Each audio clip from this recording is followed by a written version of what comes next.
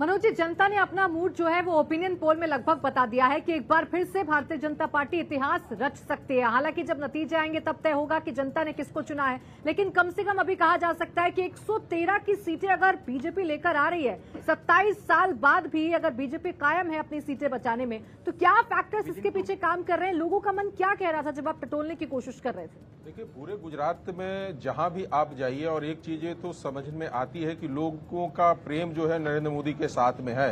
Leadership Congress में है कमी, वो साफ दिखता है कि हम आखिर किसके नेतृत्व में ये सारे काम करें। दूसरी बात, अमित शाह का जो अपना मैनेजमेंट है, जो बूथ मैनेजमेंट है, वो बहुत काफी हद तक बहुत अंदर तक जाकर करता है और एक एक विधानसभा को समझते हैं, एक एक बूथ को समझते हैं। तो बीजेपी कहीं न कहीं उस चीजों को फोकस करके काम करती है। और सबसे देखिए, जितनी हम लोग ने मुस्लिम वोटरों के बारे में चर्चा किया, ग्रामीण वोटरों के बारे में चर्चा किया, हम लोगों ने पाटीदारों के बारे में हम लोगों ने डिस्कशन किया, लेकिन बीजेपी का सबसे बड़ा जो वोट बैंक है वो है महिलाएं, जिनके ऊपर बीजेपी यहाँ पे हमेशा बढ़त बढ़ाई है। पिछली बार 99 पे बीजेपी टिकी थी, उसमें से 3.5% पिछले बार महिलाओं का वोट कम हुआ था और बीजेपी की सीटें भी घटी थी। तो जिन महिलाओं के ऊपर बीजेपी ने दाव लगाता है और उनके लिए वोटर लगता है, वो आमतौर से दिखता नहीं है, लेकिन यहाँ की महिलाएं हमेशा बीजेपी के साथ खड़ी रही हैं और बीजेपी को वोट किए हैं। तो बीजेपी इस बार भरसक कोशिश कर रही है कि महिलाओं को अपने साथ जोड़े, जो जुड़े हुए हैं। 4,80,000 इस बार नए वोटर आए हैं, युवा वोटर आए हैं, जो जिनकी पसंद यदि आप देखेंगे तो बीजेपी के पास है। उनको लगता है कि भविष्य में यदि हमारे लिए कोई अच्छा बेहतर काम कर सकता है तो बीजेपी कर सकती है, चाहे केंद्र में हो या यहाँ गुजरात की है।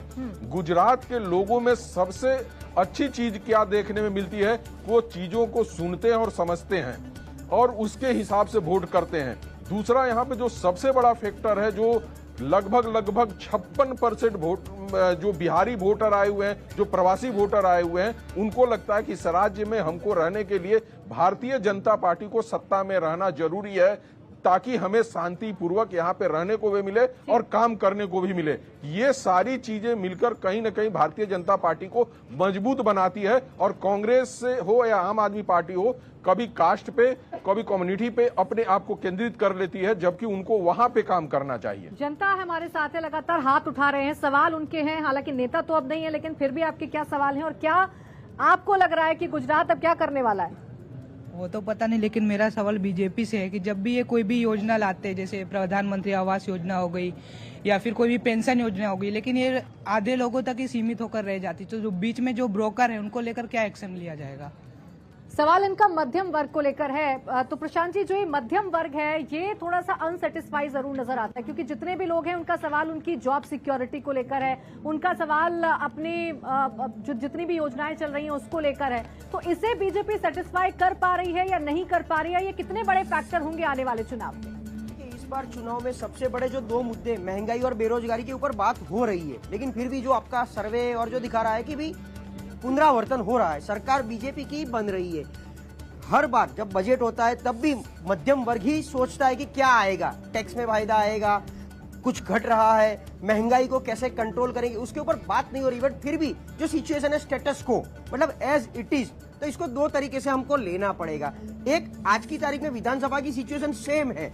99 में सिमट गई थी बीजेपी, लेकिन कांग्रेस के 8 एमएलए राज्यसभा, फिर अभी इस पिछले 2 महीने में जिन्होंने रिजाइन किया, तो आज की तारीख में बीजेपी के पास 114 एमएलए है और 113 आपका सर्वे दिखा रहा है। मतलब जनता क्या बोल रही है, जो चल रहा है चलने दो। इसका मतलब होता है हम संतुष्ट है, इसको चलने दो, उसी तरह जाने दो। दूसरी बात कि मध्यम वर्ग जो आपने बोला, तो काफी सारा वर्ग गुजरात में ऐसा है जिसको गवर्नेंस की इकोसिस्टम से कोई लेना देना नहीं है। प्राइवेट जॉब कर रहे हैं, कहीं प्राइवेट में रह रहे हैं। मतलब मैं हर बार बोलता हूं कि काफी सारे जनता ऐसी है जिसको बर्थ और डेथ सर्टिफिकेट से ही गवर्नेंस से लेना देना है। बाकी ये रोड रास्ते के लिए शोर हो रहा है कि हम बाहर निकल रहे हैं, रास्ते अच्छे नहीं है, इंफ्रास्ट्रक्चर में प्रॉब्लम है, पर फिर भी चला लेते हैं। तो ये क्या हुआ, नेतृत्व, कि भाई मोदी जी का फेस, इस तरफ फेस नहीं है। तो काफी सारी जनता ये भी ऐसा भी सोच रही है कि कांग्रेस में फेस नहीं है, ऑप्शन नहीं मिल रहा है हमको, इसीलिए हमको बीजेपी के पास जाना पड़ रहा है। अगर वहां नेतृत्व का जो वैक्यूम है वो क्रिएट हो जाएगा, वो कंप्लीट हो जाएगा, तो कुछ सोच सकते हैं। तो अभी तो वो माहौल नहीं दिख रहा है। तो देखो, लेकिन ये बीजेपी के लिए बहुत बड़ा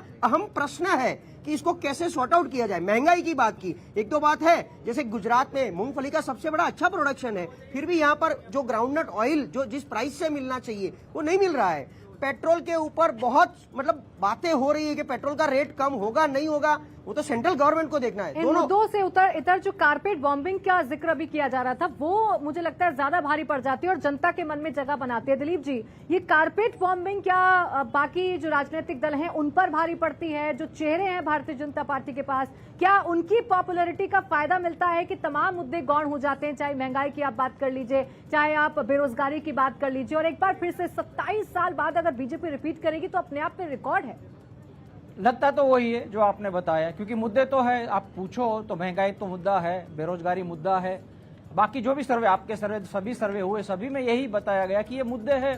फिर भी बीजेपी जीतती आई तो शायद यही होगा कि नेतृत्व की वजह से उनको मिल रहा है। लेकिन इस बार मुझे ये लग रहा है कि ये रियल टर्म में गुजरात में 33 साल के बाद त्रिकोणीय मुकाबला है, ये रियल टर्म में है। पहले जो आए थे मोर्चे थे वो रियल टर्म में थ्री कॉर्नर्ड कॉन्टेस्ट नहीं थी, इस बार है। तो मुझे याद आता दिल्ली में क्या हुआ था पहली बार जब आम आदमी पार्टी आई, पंजाब में क्या हुआ था, वो भी एक मॉडल है। दोनों मॉडल में थोड़ा सा फर्क है। दिल्ली में हंग असेंबली हुई थी, पंजाब में कांग्रेस को फायदा हो गया था। तो हो सकता है कि आम आदमी पार्टी के आने से बीजेपी को फायदा हो जाए, क्योंकि त्रिकोणीय होता है तो किसी एक को नुकसान होगा, एक को फायदा होता। लेकिन दिल्ली वाला भी मॉडल क्यों ना हो सके, क्योंकि इतने सारे मुद्दे हैं, इतनी सारे इश्यूज है जो लोगों को सीधे स्पर्श करते हैं, इनकी बात तो हो रही है। एक नरेशन तो बनाए, अभी तक तो नहीं हो रहा था दोनों पार्टी के बीच में, लेकिन एक थर्ड फोर्स आया, उन्होंने कम से कम ये बात तो कही कि इसके बात करनी पड़ेगी, इश्यूज पे बात होनी चाहिए, स्वास्थ्य पे, शिक्षा पे लोगों को सीधी सहायता मिले। तो मुझे लगता है मोटा मोटा ये जो सर्वे बता रहा है वो ठीक है, जो अगर आप साइंटिफिकली देखें तो ऐसा ही होगा। कोई थर्ड फ्रंट आता है, नुकसान करता है, तो जो जिसको नुकसान हो रहा था ऑलरेडी उनको फायदा हो जा रहा है। लेकिन ऐसा भी होता है कई सालों बाद, 4 या 5 इलेक्शन के बाद, कि चेंज आता भी है, परिवर्तन आता भी है। तो मुझे थोड़ा सा, मेरा हंश, मैं गलत भी हो सकता हूं, लेकिन त्रिकोणीय मुकाबला है, इसलिए कुछ भी नहीं कह सकते। दिल्ली में जो हुआ था वो भी यहां हो सकता है, पंजाब वाला भी हो सकता है, लेकिन त्रिकोणीय मुकाबले की वजह से एक जो अंडर करंट चला है वो क्या नतीजा हमें दिखाएगा, चूंकि जनता के बीच में आप पड़ेगा। जा रहे हैं, इसलिए मैं बार बार आपसे सवाल दोहरा रही हूं। ये जो अंडर करंट का जिक्र अभी दिलीप जी कर रहे थे, ये अंडर करंट क्या कह रहा है लोगों के भीतर? क्योंकि बहुत बड़ी संख्या में 48% ऐसे लोग हैं जो नाराज भी हैं बीजेपी से, लेकिन फिर भी बीजेपी को वोट करना चाहते हैं। तो इसके पीछे की वजह क्या है और क्यों एक बार फिर से ये इतिहास रचती हुई बीजेपी नजर आ रही है इस ओपिनियन पोल के मुताबिक? देखिए, हमें इसको ना होलिस्टिक वे में देखना पड़ेगा। अंडर करंट जैसा तो इस बार कोई माहौल नज़र नहीं आ रहा है। देखिए, मैं आपको बताऊं, जो भी घूमने के बाद, ये पहला इलेक्शन में इतने लंबे समय के बाद देख रहा हूं जब कोई वेव भी नज़र नहीं आ रही है। ठीक है, कोई ऐसा बड़ा मुद्दा नहीं है जो पूरे इलेक्शन का रुख बदल करके रख दे। इसलिए जो सर्वे में रिफ्लेक्ट हो रहा है वो ऑलमोस्ट एक तरह से मैं कहूँगा ट्रू रिप्रेजेंटेटिव है पूरी सिचुएशन का। आपने सवाल किया 48% लोग अभी भी क्यों वोट करना चाहते हैं नाराजगी के बावजूद। उसकी 2 वजह हैं। एक तो कांग्रेस को वो ऑलमोस्ट नकार चुके हैं और आम आदमी पार्टी में उन्हें अभी कोई विकल्प दिख नहीं रहा। जितने भी लोगों से बात होती है उन्हें ये लग रहा है कि आम आदमी पार्टी जो घोषणाएं कर रही है वो यथार्थ में सिद्ध कर पाएगी, यथार्थ में उन्हें पूरा कर पाएगी, उसको लेकर के उनके मन में डाउट है। इंडिया टीवी हर वक्त हर जगह डाउनलोड करने के लिए सर्च करें India TV news Google play store या ऐप स्टोर पर।